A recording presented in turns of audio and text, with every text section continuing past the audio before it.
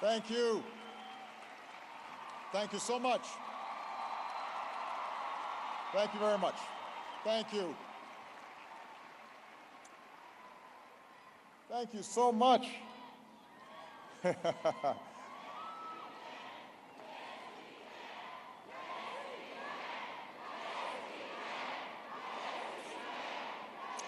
Thank you.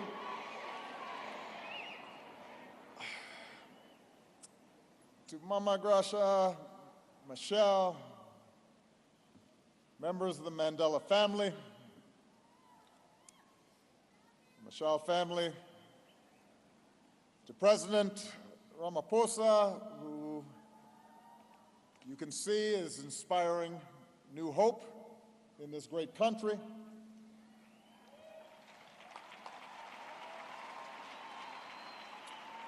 Professor, doctor, distinguished guests, to Mama Sisulu and the Sisulu family, to the people of South Africa,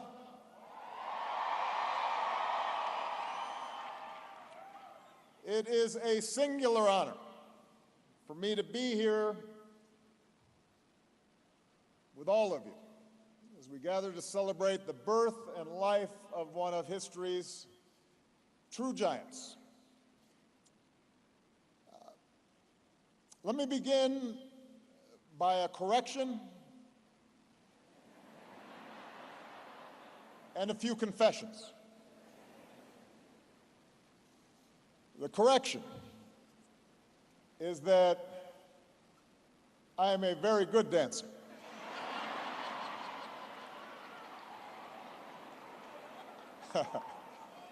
I just want to be clear about that.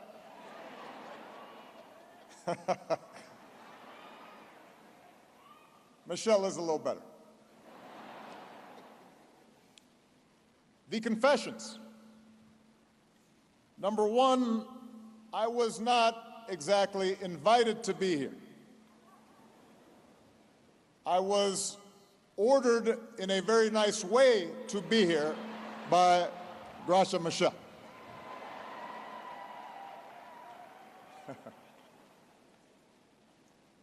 Confession number two.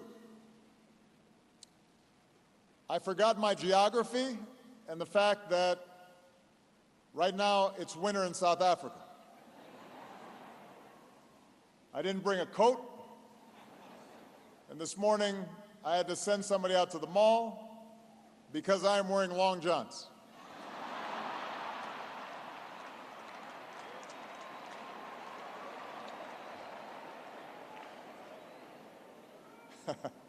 I was born in Hawaii. Confession number three. When my staff told me that I was to deliver a lecture, I thought back to the stuffy old professors in bow ties and tweed, and I wondered if this was one more sign of the stage of life that I'm entering, along with gray hair and slightly failing eyesight.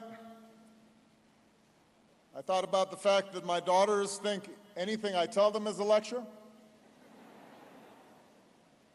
I thought about the American press and how they often got frustrated at my long-winded answers at press conferences when my responses didn't conform to 2-minute sound bites. But given the strange and uncertain times that we are in, and they are strange, and they are uncertain,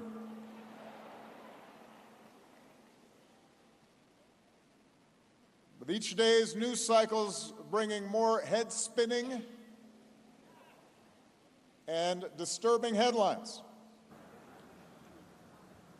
I thought maybe it would be useful to step back for a moment and try to get some perspective. So I hope you'll indulge me, despite the slight chill. as I spend much of this lecture reflecting on where we've been and how we arrived at this present moment, in the hope that it will offer us a roadmap for where we need to go next. 100 years ago, Madiba was born in the village of let's see there, I always get that. I got to get my M's right when I'm in South Africa. Mvezo. I got it. Truthfully, it's because it's so cold, my lips stuck. So in his autobiography, he describes a happy childhood. He's looking after cattle, he's playing with the other boys. Eventually he attends a school where his teacher gave him the English name Nelson. And as many of you know, he's quoted saying, "Why she bestowed this particular name upon me, I have no idea. There was no reason to believe that a young black boy at this time, in this place, could in any way alter history." After all, South Africa was then less than a decade removed from full British control. Already laws were being codified to implement racial segregation and subjugation, the network of laws that would be known as apartheid. Most of Africa, including my father's homeland, was under colonial rule. The dominant European powers, having ended a horrific world war just a few months after Madiba's birth, viewed this continent and its people primarily as spoils in a contest for territory and abundant natural resources and cheap labor, and the inferiority of the black race, an indifference towards black culture and interests and aspirations was a given. And such a view of the world, that certain races, certain nations, certain groups were inherently superior, and that violence and coercion is the primary basis for governance, that the strong necessarily exploit the weak, that wealth is determined primarily by conquest. That view of the world was hardly confined to relations between Europe and Africa, or relations between whites and blacks. Whites were happy to exploit other whites when they could. And by the way, blacks were often willing to exploit other blacks. And around the globe, the majority of people lived at subsistence levels without a say in the politics or economic forces that determined their lives. Often they were subject to the whims and cruelties of distant leaders. The average person saw no possibility of advancing from the circumstances of their birth. Women were almost uniformly subordinate to men. Privilege and status was rigidly bound by caste and color and ethnicity and religion. And even in my own country, even in democracies like the United States, founded on a declaration that all men are created equal, racial segregation and systemic discrimination was the law in almost half the country and the norm throughout the rest of the country. That was the world just 100 years ago. There are people alive today who were alive in that war. It is hard then to overstate the remarkable transformations that have taken place since that time. A second world war, even more terrible than the first, along with a cascade of liberation movements from Africa to Asia, Latin America, the Middle East, would finally bring an end to colonial rule. More and more peoples, having witnessed the horrors of totalitarianism, the repeated mass slaughters of the 20th century, began to embrace a new vision for humanity, a new idea, one based not only on the principle of national self-determination, but also on the principles of democracy and rule of law and civil rights and the inherent dignity of every single individual. In those nations with market-based economies, suddenly union movements developed, and health and safety and commercial regulations were instituted, and access to public education was expanded, and social welfare systems emerged, all with the aim of constraining the excesses of capitalism and enhancing its ability to provide opportunity not just to some, but to all people. And the result was unmatched economic growth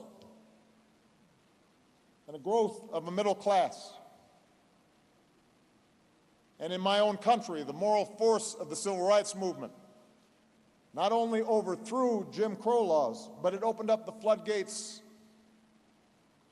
for women and historically marginalized groups to reimagine themselves, to find their own voices, to make their own claims to full citizenship.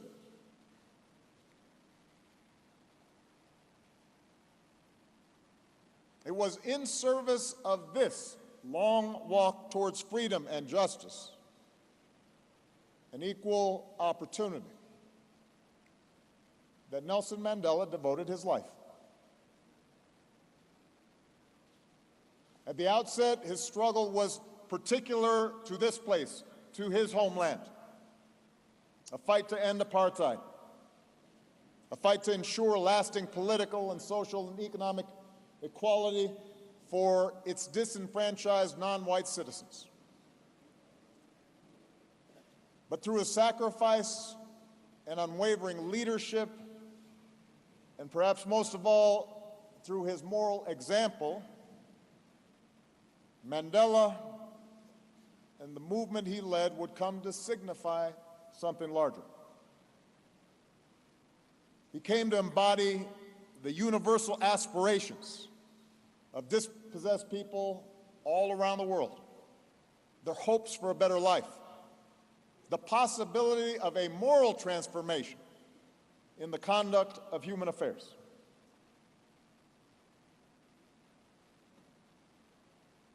Madiba's light shone so brightly, even from that narrow Robben Island cell,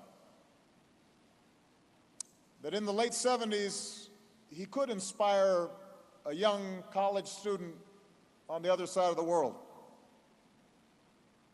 to re-examine his own priorities, could make me consider the small role I might play in bending the arc of the world towards justice. And when later, as a law student, I witnessed Madiba emerge from prison just a few months, you'll recall, after the fall of the Berlin Wall, I felt the same wave of hope that washed through hearts all around the world. You remember that feeling? It seemed as if the forces of progress were on the march, that they were inexorable. Each step he took, you felt This is the moment when the old structures of violence and repression and ancient hatreds that had so long stunted people's lives and confined the human spirit, that all that was crumbling before our eyes. And then, as Madiba guided this nation through negotiation, painstakingly, reconciliation, its first fair and free elections, as we all witnessed the grace and the generosity with which he embraced former enemies, the wisdom for him to step away from power once he felt his job was complete. We understood that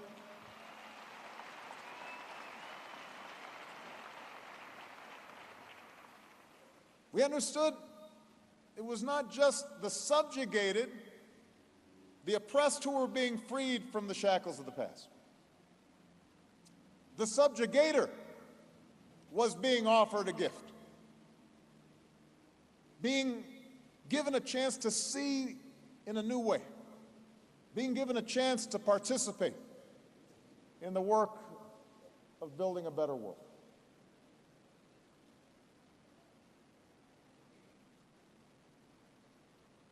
Now, during the last decades of the 20th century,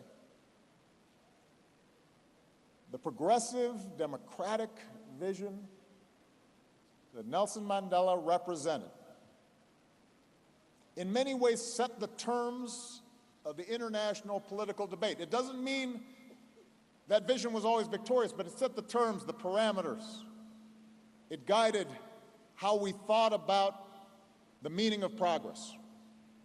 And it continued to propel the world forward. Yes, there were still tragedies, bloody civil wars, from the Balkans to the Congo. Despite the fact that ethnic and sectarian strife still flared up with heartbreaking regularity. Despite all that, as a consequence of the continuation of nuclear detente, a peaceful and prosperous Japan, and a unified Europe anchored in NATO, and the entry of China into the world's system of trade, all that greatly reduced the prospect of war between the world's great powers. And from Europe to Africa, Latin America, Southeast Asia, dictatorships began to give way to democracies. The march was on. A respect for human rights and the rule of law, enumerated in a declaration by the United Nations, became the guiding norm for the majority of nations, even in places where the reality fell far short of the ideal.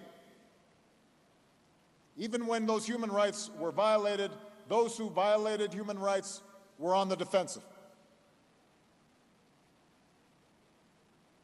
And with these geopolitical changes came sweeping economic changes. The introduction of market-based principles in which previously closed economies, along with the forces of global integration powered by new technologies, suddenly unleashed entrepreneurial talents to those that once had been relegated to the periphery of the world economy, who hadn't counted. Suddenly they counted. They had some power. They had the possibilities of doing business. And then came scientific breakthroughs and new infrastructure and the reduction of armed conflicts. And suddenly, 1 billion people were lifted out of poverty. And once starving nations were able to feed themselves. And infant mortality rates plummeted. And meanwhile, the spread of the internet made it possible for people to connect across oceans. And cultures and continents instantly were brought together. And potentially, all the world's knowledge could be in the hands of a small child in even the most remote village. That's what happened just over the course of a few decades. And all that progress is real. It has been broad, and it has been deep. And it all happened in what, by the standards of human history, was nothing more than a blink of an eye. And now an entire generation has grown up in a world that, by most measures, has gotten steadily freer and healthier and wealthier and less violent and more tolerant during the course of their lifetimes.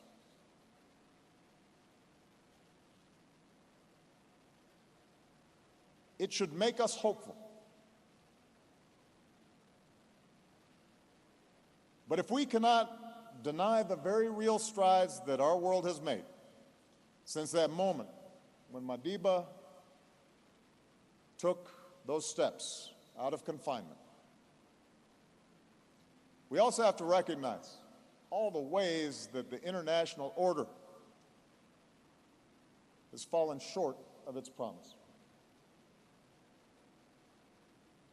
In fact, it is in part because of the failures of governments and powerful elites to squarely address the shortcomings and contradictions of this international order that we now see much of the world threatening to return to an older, a more dangerous, a more brutal way of doing business.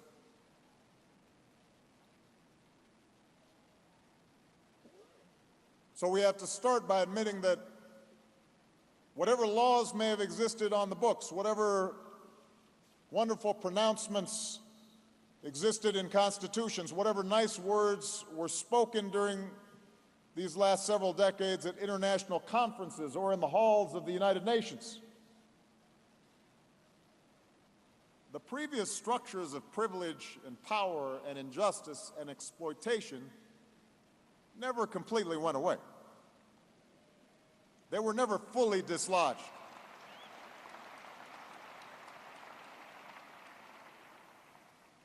Caste differences still impact the life chances of people in the Indian subcontinent. Ethnic and religious differences still determine who gets opportunity, from Central Europe to the Gulf. It is a plain fact that racial discrimination still exists in both the United States and South Africa. And it is also a fact that the accumulated disadvantages of years of institutionalized oppression have created yawning disparities in income and in wealth and in education and in health, in personal safety, in access to credit. Women and girls around the world continue to be blocked from positions of power and authority. They continue to be prevented from getting a basic education. They are disproportionately victimized by violence and abuse. They're still paid less than men for doing the same work. That's still happening.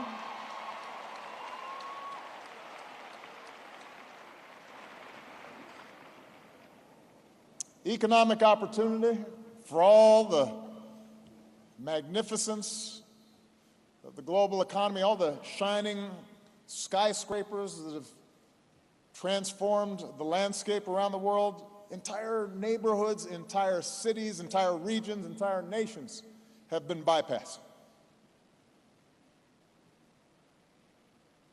In other words, for far too many people, the more things have changed, the more things stayed the same.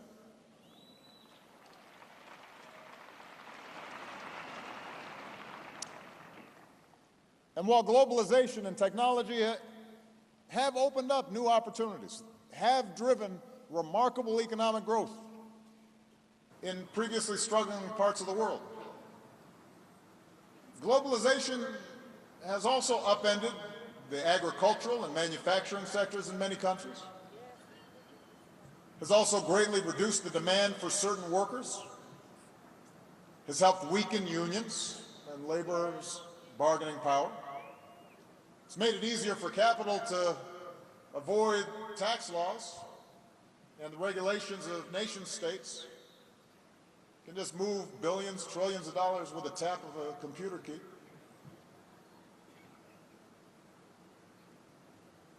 And the result of all these trends has been an explosion in economic inequality. It's meant that a few dozen individuals control the same amount of wealth as the poorest half of humanity. That's not an exaggeration, that's a statistic. Think about that. In many middle-income and developing countries, new wealth has just tracked the old bad deal that people got because it reinforced or even compounded existing patterns of inequality. The only difference is it created even greater opportunities for corruption on an epic scale.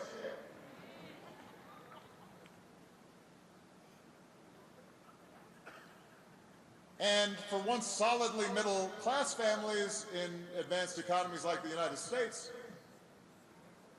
these trends have meant greater economic insecurity, especially for those who don't have specialized skills, people who were in manufacturing, people working in factories, people working on farms.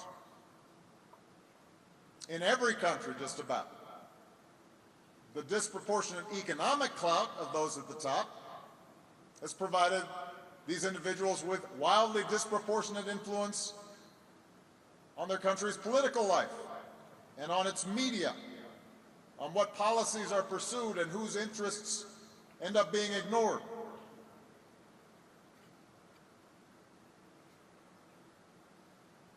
Now, it should be noted that this new international elite, the professional class that supports them, differs in important respects from the ruling aristocracies of old. It includes many who are self-made. It includes champions of meritocracy. And although still mostly white and male, as a group, they reflect a diversity of nationalities and ethnicities that would have not existed 100 years ago. A decent percentage consider themselves liberal in their politics, modern and cosmopolitan in their outlook, unburdened by parochialism or nationalism or overt racial prejudice or strong religious sentiment. They are equally comfortable in New York or London or Shanghai or Nairobi or Buenos Aires or Johannesburg. Many are sincere and effective in their philanthropy.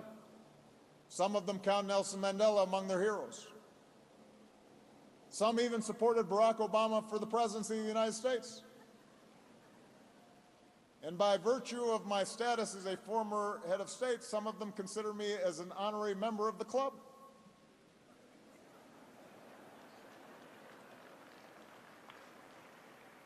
You know, I get invited to these fancy things, you know. They'll fly me out.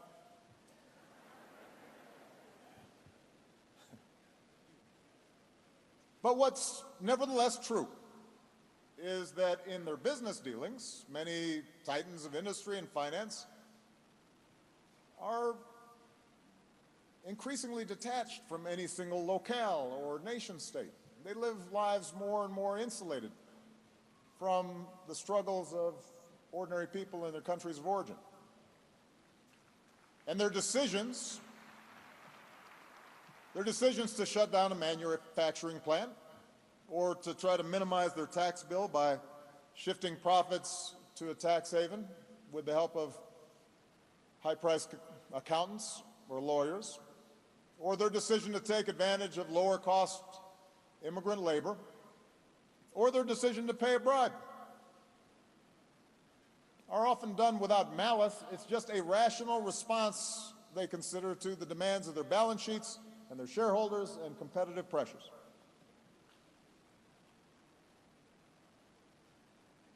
But too often these decisions are also made without reference to notions of human solidarity.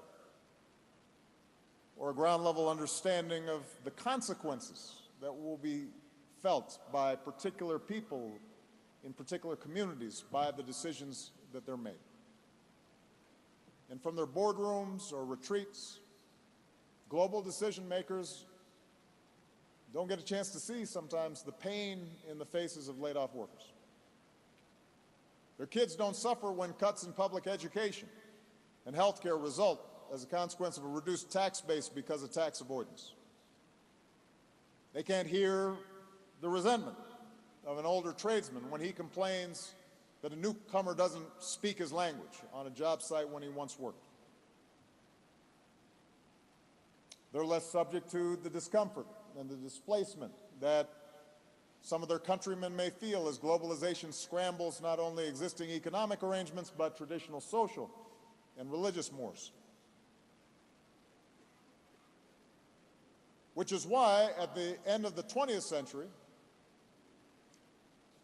while some Western commentators were declaring the end of history and the inevitable triumph of liberal democracy and the virtues of the global supply chain, so many missed signs of a brewing backlash. A backlash that arrived in so many forms. It announced itself most violently with 9/11 and the emergence of transnational terrorist networks, fueled by an ideology that perverted one of the world's great religions and asserted a struggle not just between Islam and the West, but between Islam and modernity.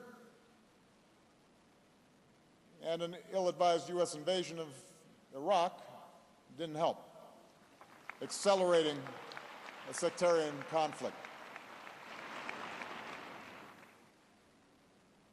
Russia, already humiliated by its reduced influence since the collapse of the Soviet Union, feeling threatened by democratic movements along its borders, suddenly started reasserting authoritarian control, and in some cases meddling with its neighbors. China, emboldened by its economic success, started bristling against criticism of its human rights record. It framed the promotion of universal values as nothing more than foreign meddling, imperialism under a new name. Within the United States, within the European Union, challenges to globalization first came from the left, but then came more forcefully from the right. As you started seeing populist movements, which, by the way, are often cynically funded by right-wing billionaires intent on reducing government constraints on their business interests. These movements tapped the unease that was felt by many people who lived outside of the urban cores, fears that economic security was slipping away, that their social status and privileges were eroding, that their cultural identities were being threatened by outsiders, somebody that didn't look like them or sound like them or pray as they did.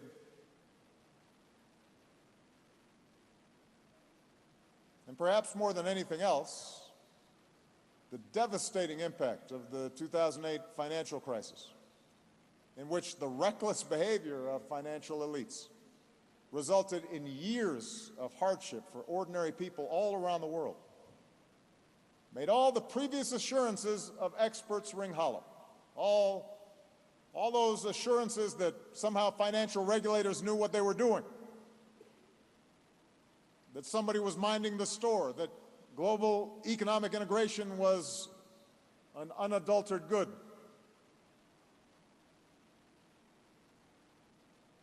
Because of the actions taken by governments during and after that crisis, including, I should add, by aggressive steps by my administration,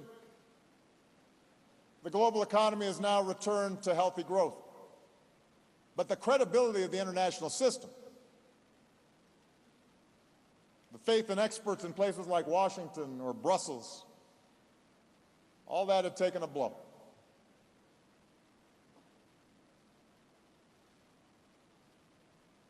And a politics of fear and resentment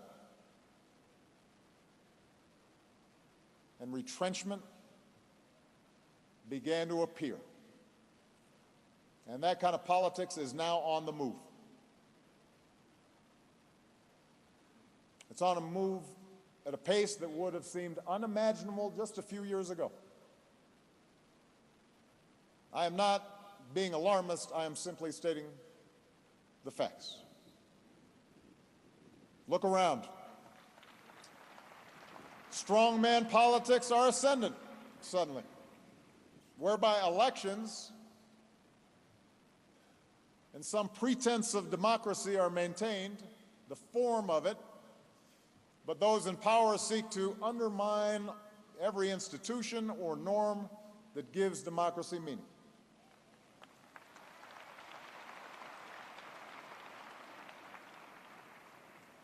In the West, you've got far-right parties that oftentimes are based not just on platforms of protectionism and closed borders, but also on barely hidden racial nationalism. Many developing countries now are looking at China's model of authoritarian control combined with mercantilist capitalism as preferable to the messiness of democracy. Who needs free speech as long as the economy is going good? The free press is under attack. Censorship and state control of media is on the rise. Social media, once seen as a mechanism to promote knowledge and understanding and solidarity, has proved to be just as effective promoting hatred and paranoia and propaganda and conspiracy theories.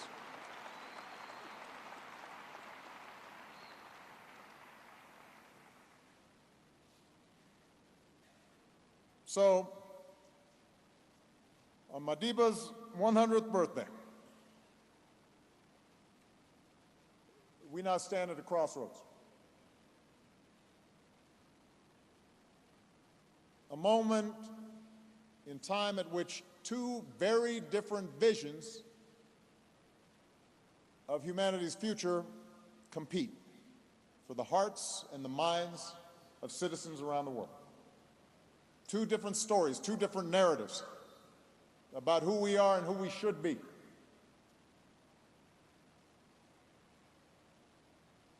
How should we respond?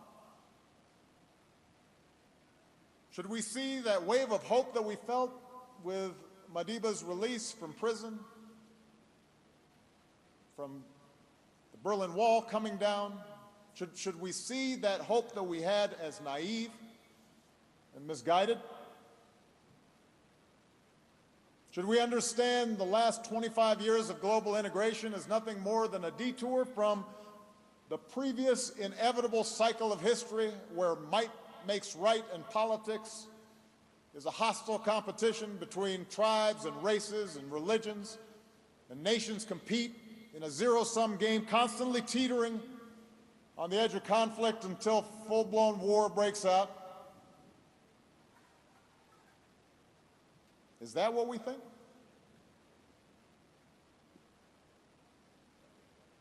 Let me tell you what I believe. I believe in Nelson Mandela's vision. I believe in a vision shared by Gandhi and King and Abraham Lincoln. I believe in a vision of equality and justice and freedom and multiracial democracy built on the premise that all people are created equal and they're endowed by our Creator with certain inalienable rights. And I believe that a world governed by such principles is possible, and that it can achieve more peace and more cooperation in pursuit of a common good. That's what I believe. And I believe we have no choice but to move forward. That those of us who believe in democracy and civil rights and a common humanity have a better story to tell And I believe this not just based on sentiment. I believe it based on hard evidence. The fact that the world's most prosperous and successful societies, the ones with the highest living standards and the highest levels of satisfaction among their people, happen to be those which have most closely approximated the liberal progressive ideal that we talk about and have nurtured the talents and contributions of all their citizens. The fact that authoritarian governments have been shown time and time again to breed corruption because they're not accountable, to repress their people, to lose touch eventually with reality, to engage in bigger and bigger lies that ultimately result in economic and political and cultural and scientific stagnation. Look at history. Look at the facts. The fact that countries which rely on rabid nationalism and xenophobia and doctrines of tribal, racial, or religious superiority as their main organizing principle, the thing that holds people together, eventually those countries find themselves consumed by civil war or external war. Check the history books. The fact that technology cannot be put back in a bottle. So we're stuck with the fact that we now live close together and populations are going to be moving. And environmental challenges are not going to go away on their own. So that the only way to effectively address problems like climate change or mass migration or pandemic disease will be to develop systems for more international cooperation, not less.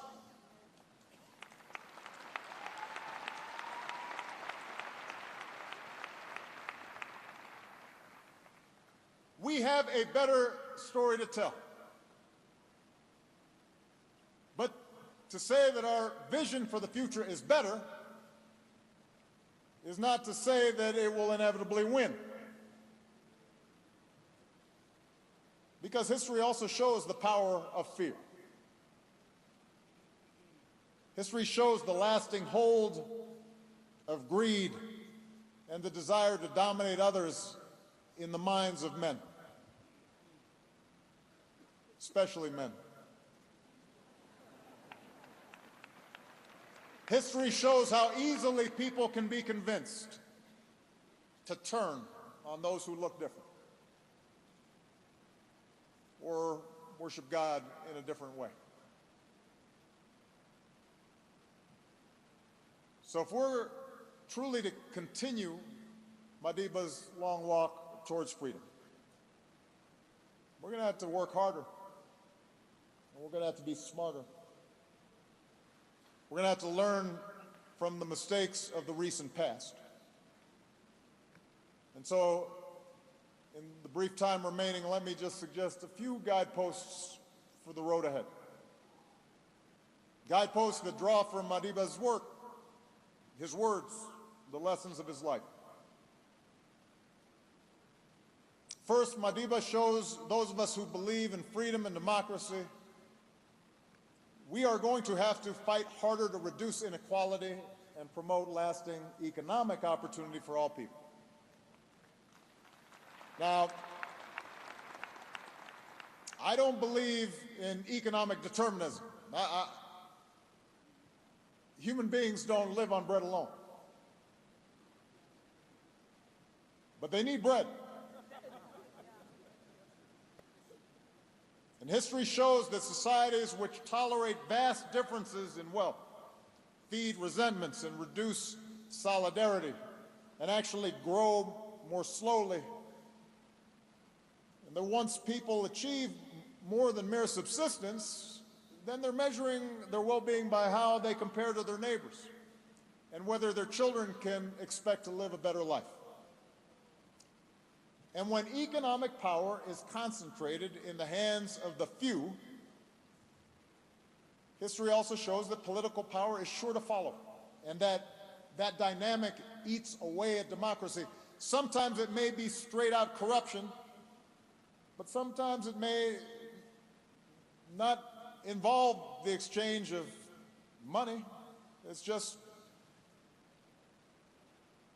folks who are that wealthy get what they want, and it undermines human freedom. And Madiba understood this. This is not new. He warned us about this.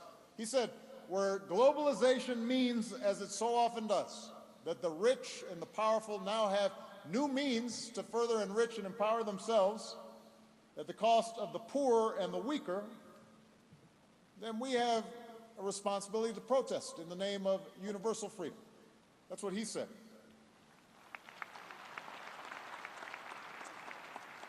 So if we are serious about universal freedom today, if we care about social justice today, then we have a responsibility to do something about it. And I would respectfully amend what Madiba said. I don't do it often, but I'd say it's not enough for us to protest. We're going to have to build. We're going to have to innovate. We're going to have to figure out how do we close this widening chasm of wealth and opportunity, both within countries and between them. And how we achieve this is going to vary country to country. And I know your new president is committed to rolling up his sleeves and trying to do so. But we can learn from the last 70 years that it will not involve unregulated, unbridled, unethical capitalism. It also won't involve old-style command and control socialism from the top. That was tried. It didn't work very well. For almost all countries, progress is going to depend on an inclusive market-based system, one that offers education for every child, that protects collective bargaining and secures the rights of every worker, that breaks up monopolies to encourage competition in small and medium-sized businesses, and has laws that root out corruption and ensures fair dealing in business, that maintains some form of progressive taxation so that rich people are still rich, but they're given a little bit back to make sure that everybody else has something to pay for universal health care and retirement security, and invests in infrastructure and scientific research that builds platforms for innovation. I should add, by the way, right now I'm actually surprised by how much money I got. And let me tell you something. I don't have half as much as most of these folks, or a tenth or 100th. There's only so much you can eat. There's only so big a house you can have. There's only so many nice trips you can take.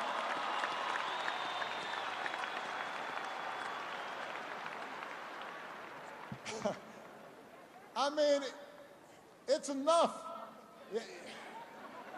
You don't have to take a vow of poverty just to say, well, let me help out a few of the other folks. Let me look at that child out there who doesn't have enough to eat or needs some school fees. Let me help him out. I'll pay a little more in taxes. It's okay. I can afford it.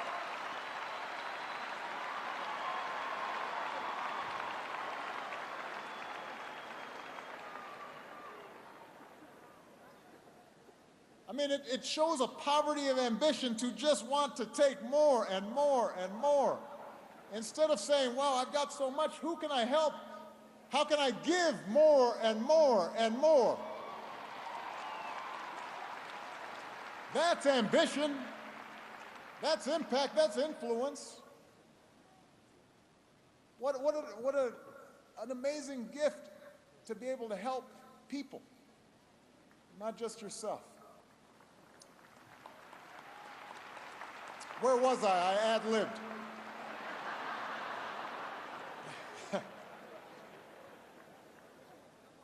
You get the point. It involves promoting an inclusive capitalism, both within nations and between nations.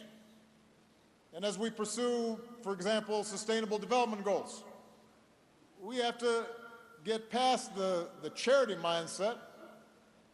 We've got to bring more resources to the forgotten pockets of the world through investment and entrepreneurship, because there is talent everywhere in the world if given an opportunity.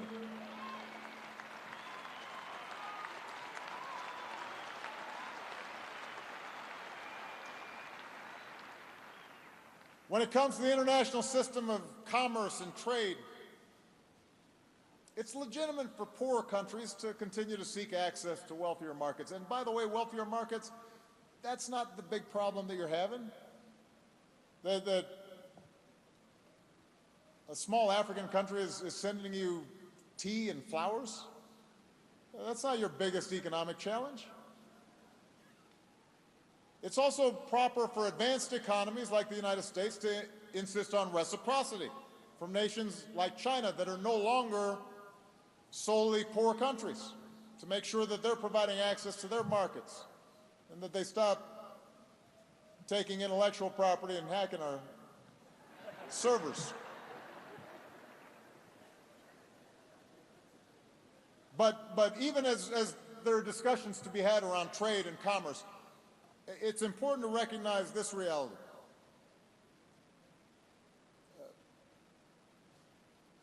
While the outsourcing of jobs from north to south, from east to west, while a lot of that was a dominant trend in the late 20th century, the biggest challenge to workers in countries like mine today is technology.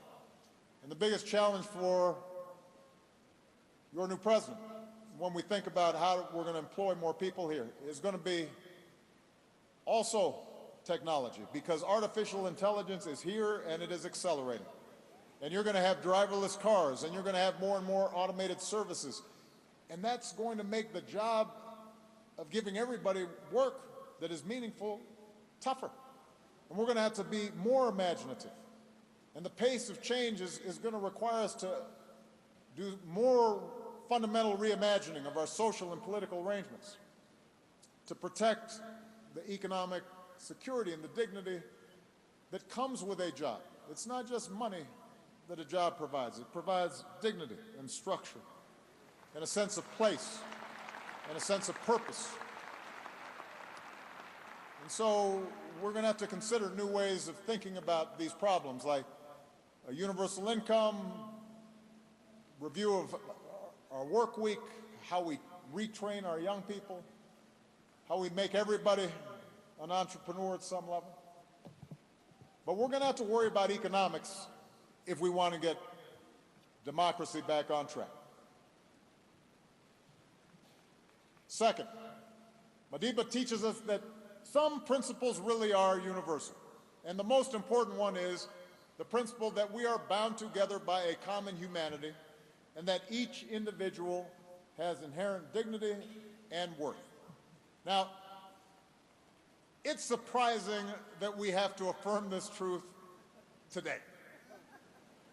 More than a quarter century after Madiba walked out of prison, I still have to stand here at a lecture and devote some time to saying that black people and white people and Asian people and Latin American people and women and men and gays and straights, that we are all human, that our differences are superficial, and that we should treat each other with care and respect. I would have thought we would have figured that out by now. I thought that basic notion was well established. But it turns out, as we're seeing in this recent drift into reactionary politics, that the struggle for basic justice is never truly finished. So we've got to constantly be on the lookout and fight for people who seek to elevate themselves by putting somebody else down. And by the way, we also have to actively resist. This is important, particularly in some countries in Africa, like my own father's homeland. I've made this point before. We have to resist the notion that basic human rights like freedom to dissent or the right of women to fully participate in the society or the rights of minorities to equal treatment or the rights of people not to be beat up and jailed because of their sexual orientation. We have to be careful not to say that somehow, well, that doesn't apply to us, that those are Western ideas rather than universal imperatives.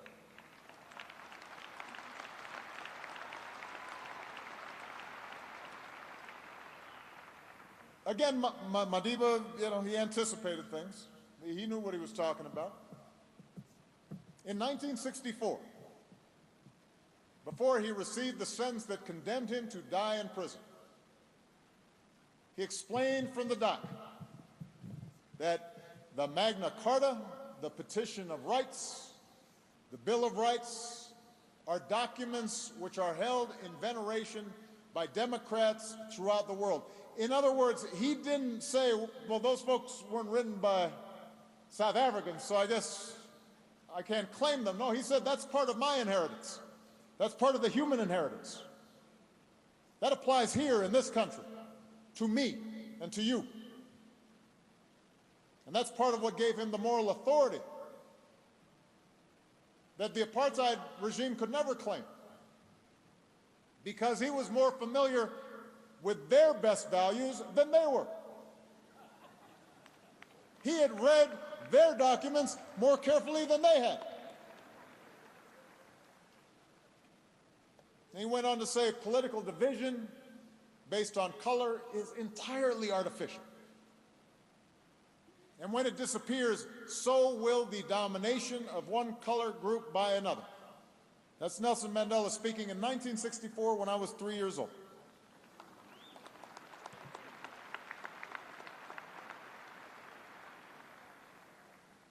What was true then remains true today. Basic truths do not change. It is a truth that can be embraced by the English and by the Indian, and by the Mexican, and by the Bantu, and by the Luo, and by the American. It is a truth that lies at the heart of every world religion, that we should do unto others as we'd have them do unto us. That we see ourselves in other people, that we can recognize common hopes and common dreams. And it is a truth that is incompatible with any form of discrimination based on race or religion or gender or sexual orientation. And it is a truth that, by the way, when embraced, actually delivers practical benefits, since it ensures that a society can draw upon the talents and energy and skill of all its people. And if you doubt that, just ask the French football team that just won the World Cup. Because not all of those folks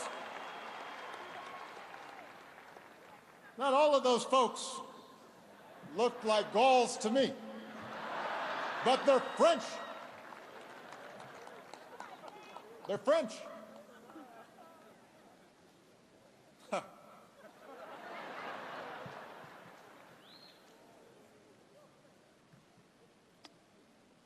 Now, embracing our common humanity does not mean that we have to abandon our unique ethnic and national and religious identities. Madiba never stopped being proud of his tribal heritage. He didn't stop being proud of being a black man and being a South African. But he believed, as I believe, that you can be proud of your heritage without denigrating those of a different heritage. In fact, you dishonor your heritage. It would make me think that you're a little insecure about your heritage if you got to put somebody else's heritage down.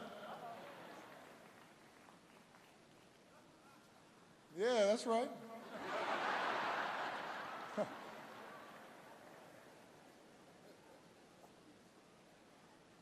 Don't you get a sense sometimes, again, I'm ad-libbing here, that these people who are so intent on putting people down and puffing themselves up that they're small-hearted,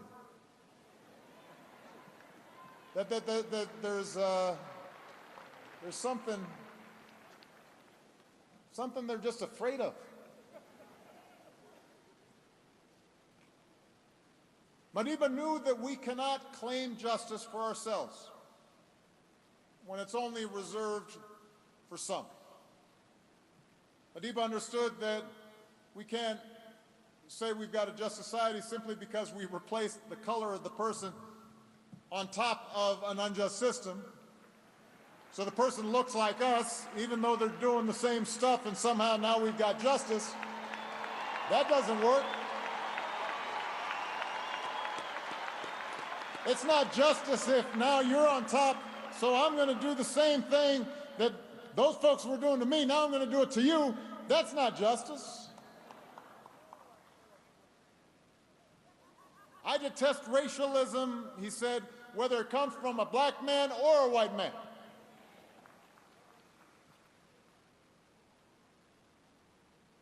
Now we have to acknowledge that there is disorientation that comes from rapid change and modernization, and the fact that the world has shrunk. And we're going to have to find ways to lessen the fears of those who feel threatened. In the West's current debate around immigration, for example, it's not wrong to insist that national borders matter. That's, whether you're a citizen or not, is going to matter to a government, that laws need to be followed, that in the public realm, newcomers should make an effort to adapt to the language and customs of their new home. Those are legitimate things, and we have to be able to engage people who do feel as if things are not orderly. But that can't be an excuse for immigration policies based on race or ethnicity or religion. There's got to be some consistency. And we can enforce the law while respecting the essential humanity of those who are striving for a better life. For a mother with a child in her arms, we can recognize that could be somebody in our family. That could be my child. Third, Madiba reminds us that democracy is about more than just elections. When he was freed from prison, Madiba's popularity, well, you couldn't even measure it. He could have been president for life. Am I wrong? Who was going to run against him?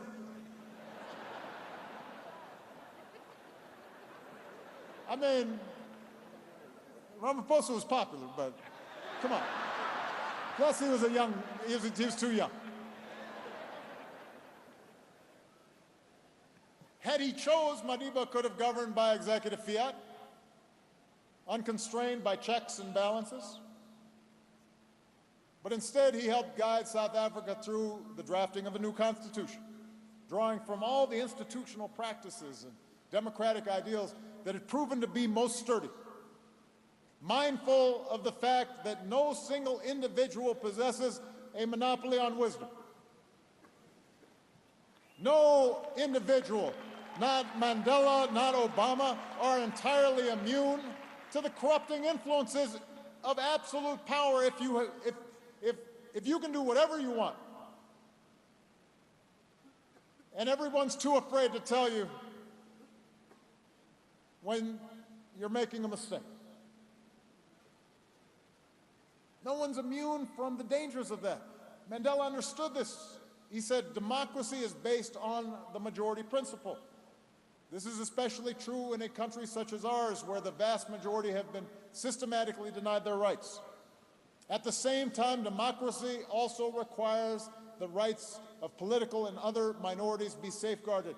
He understood it's not just about who has the most votes, it's also about the civic culture that we build that makes democracy work. So we have to stop pretending that countries that just hold an election where sometimes the winner somehow magically gets 90% of the vote because all the opposition is locked up or can't get on TV, is a democracy. Democracy depends on strong institutions, and it's about minority rights and checks and balances and freedom of speech and freedom of expression and a free press and the right to protest and petition the government and an independent judiciary and everybody having to follow the law. And yes, democracy can be messy, and it can be slow, and it can be frustrating. I know, I promise.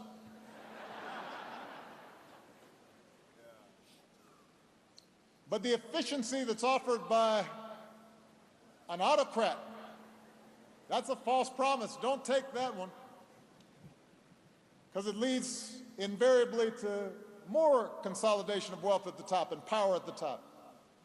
And it makes it easier to conceal corruption and abuse. For all its imperfections, real democracy best upholds the idea that government exists to serve the individual and not the other way around. And it is the only form of government that has the possibility of making that idea real. So for those of us who are interested in strengthening democracy, it's time for us to stop paying all of our attention to the world's capitals and the centers of power and to start focusing more on the grassroots, because that's where democratic legitimacy comes from, not from the top down, not from abstract theories, not just from experts, but from the bottom up, knowing the lives of those who are struggling. As a community organizer, I learned as much from a laid-off steel worker in Chicago or a single mom in a poor neighborhood that I visited as I learned from the finest economists in the Oval Office. Democracy means being in touch and in tune with life as it's lived in our communities. And that's what we should expect from our leaders. And it depends upon cultivating leaders at the grassroots who can help bring about change and implement it on the ground, and can tell leaders in fancy buildings, this isn't working down here.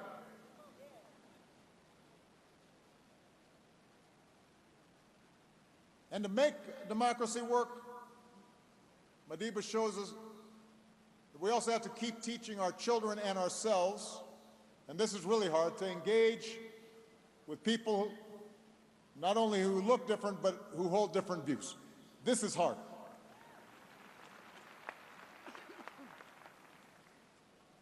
Most of us prefer to surround ourselves with opinions that validate what we already believe. You notice the people who you think are smart are the people who agree with you. Funny how that works. But democracy demands that we're able also to get inside the reality of people who are different than us, so we can understand their point of view. Maybe we can change their minds, but maybe they'll change ours. And you can't do this if you just out of hand disregard what your opponents have to say from the start.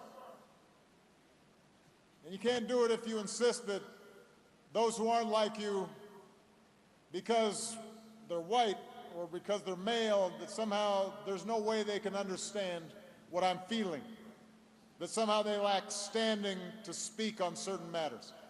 Madiba, he lived this complexity. In prison, he studied Afrikaans so that he could better understand the people who were jailing him. And when he got out of prison, he extended a hand to those who had jailed him, because he knew that they had to be a part of the democratic South Africa that he wanted to build. To make peace with an enemy, he wrote, one must work with that enemy, and that enemy becomes one's partner. So those who traffic in absolutes when it comes to policy, whether it's on the left or the right, they make democracy unworkable. You can't expect to get 100% of what you want all the time. Sometimes you have to compromise. That doesn't mean abandoning your principles, but instead it means holding on to those principles and then having the confidence that they're going to stand up to a serious democratic debate. That's how America's founders intended our system to work. That through the testing of ideas and the application of reason and proof, it would be possible to arrive at a basis for common ground. And I should add, for this to work, we have to actually believe in an objective reality.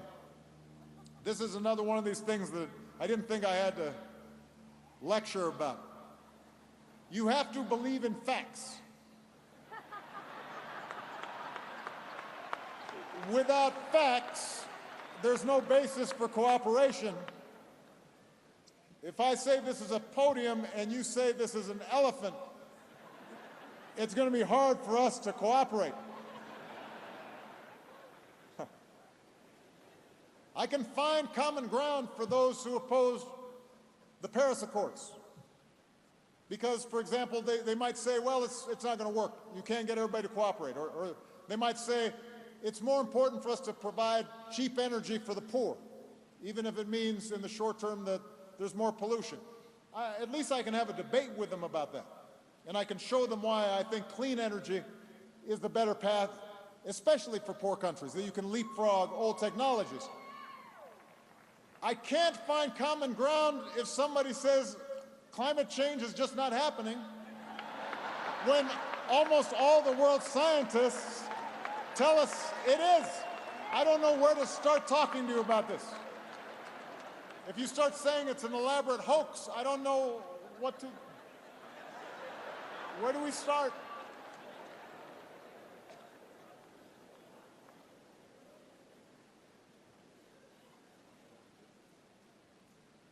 Unfortunately, too much of politics today seems to reject the very concept of objective truth.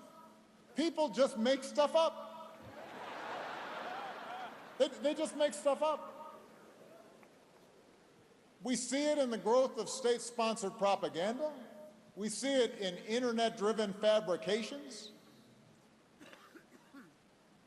We see it in the blurring of lines between news and entertainment.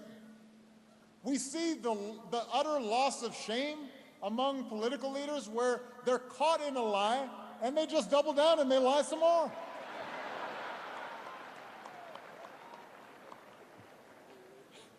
It used to, look, let me say, politicians have always lied, but it used to be if you caught them lying, they'd be like, oh man. Now they just keep on lying. They just...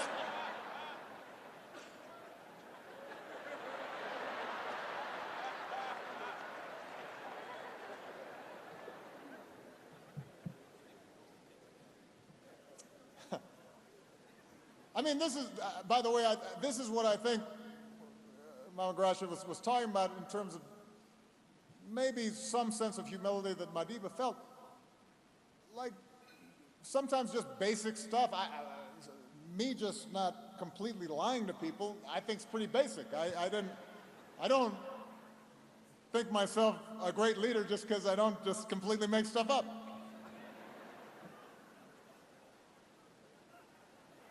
I mean, you'd think that was kind of just a baseline.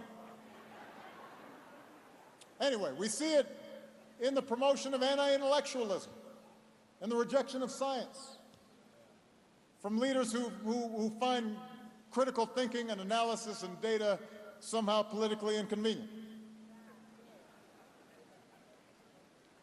And as with the denial of rights, the denial of facts runs counter to democracy. It could be its undoing, which is why we have to zealously protect independent media. And we have to guard against the tendency for social media to become purely a platform for spectacle and outrage and disinformation. And we have to insist that our schools teach critical thinking to our young people, not just blind obedience.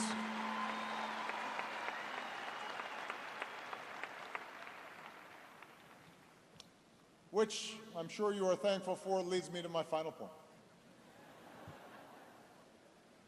We have to follow Madiba's example of persistence and of hope. It's tempting right now to give in to cynicism,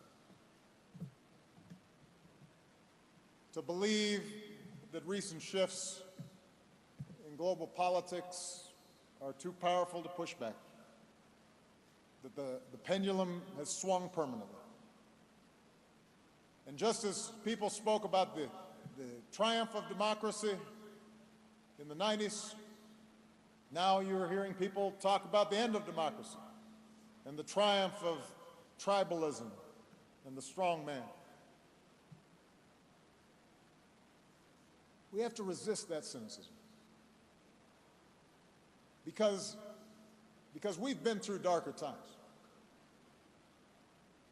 We've been in lower valleys. Yes, by the end of his life, Madiba embodied the successful struggle for human rights.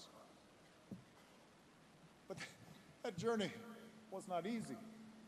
It wasn't preordained. The man went to prison for almost 3 decades. He split limestone in the heat. He slept in a small cell and was repeatedly put in solitary confinement. And I remember talking to some of his former colleagues saying how they hadn't realized when they were released just the sight of a child, the idea of holding a child, they had missed. It wasn't something available to them for decades. And yet somehow his power actually grew during those years. And the power of his jailers diminished because he knew that if you stick to what's true, if you know what's in your heart and you're willing to sacrifice for it, even in the face of overwhelming odds, then it might not happen tomorrow. It might not happen next week. It might not even happen in your lifetime. Things may go backwards for a while, but ultimately, right makes might, not the other way around. Ultimately, the better story can win out.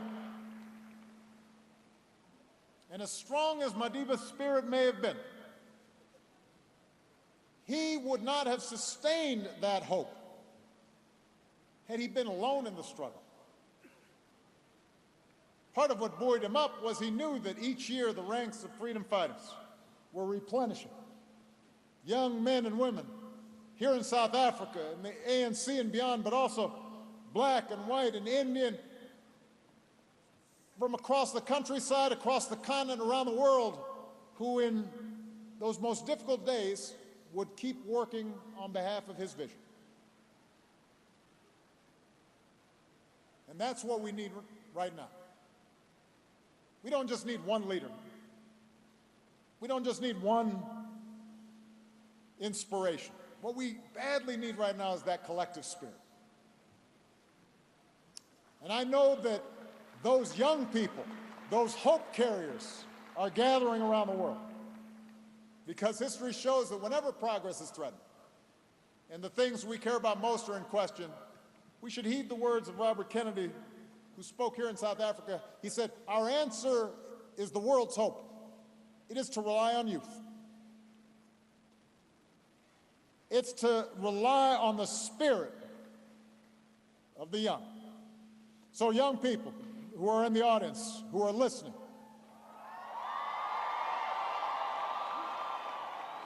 my message to you is simple. Keep believing. Keep marching. Keep building. Keep raising your voice. Every generation has the opportunity to remake the world. Mandela said, young people are capable, when aroused, of bringing down the towers of oppression and raising the banners of freedom. Now's a good time to be aroused. Now's a good time to be fired up. And for those of us who care about the legacy that we honor here today, about equality and dignity and democracy and solidarity and kindness, those of us who remain young at heart, if not in body, we have an obligation to help our youth succeed. Some of you know here in South Africa, my foundation's been convening over the last few days 200 young people from across this continent who are doing the hard work of making change in their communities, who reflect Madiba's values, who are poised to lead the way. People like Abbas Mpindi, a journalist from Uganda who founded the Media Challenge Initiative to help other young people get the training they need to tell the stories that the world needs to know. People like Karen Wakoli, who's an entrepreneur from Kenya and founded the Emerging Leaders Foundation to get young people involved in the work of fighting poverty and promoting human dignity. People like Enoch Nulanga, who directs the African Children's Mission, which helps children in Uganda and Kenya get the education that they need, and then in his spare time, Enoch advocates for the rights of children and founded an organization called Lead Minds Africa, which does exactly what it says. You meet these people, you talk to them, they will give you hope. They are taking the baton. They know they can't just rest on the accomplishments of the past, even the accomplishments of those as momentous as Nelson Mandela's. They stand on the shoulders of those who came before, including that young black boy born 100 years ago. But they know that it is now their turn to do the work. Madiba reminds us that no one is born hating another person because of the color of his skin or his background or his religion. People must learn to hate. And if they can learn to hate, they can be taught to love. For love comes more naturally to the human heart. Love comes more naturally to the human heart. Let's remember that truth. Let's see it as our North Star. Let's be joyful in our struggle to make that truth manifest here on earth, so that 100 years from now, future generations will look back and say, they kept the march going. That's why we live under new banners of freedom. Thank you very much, South Africa. Thank you.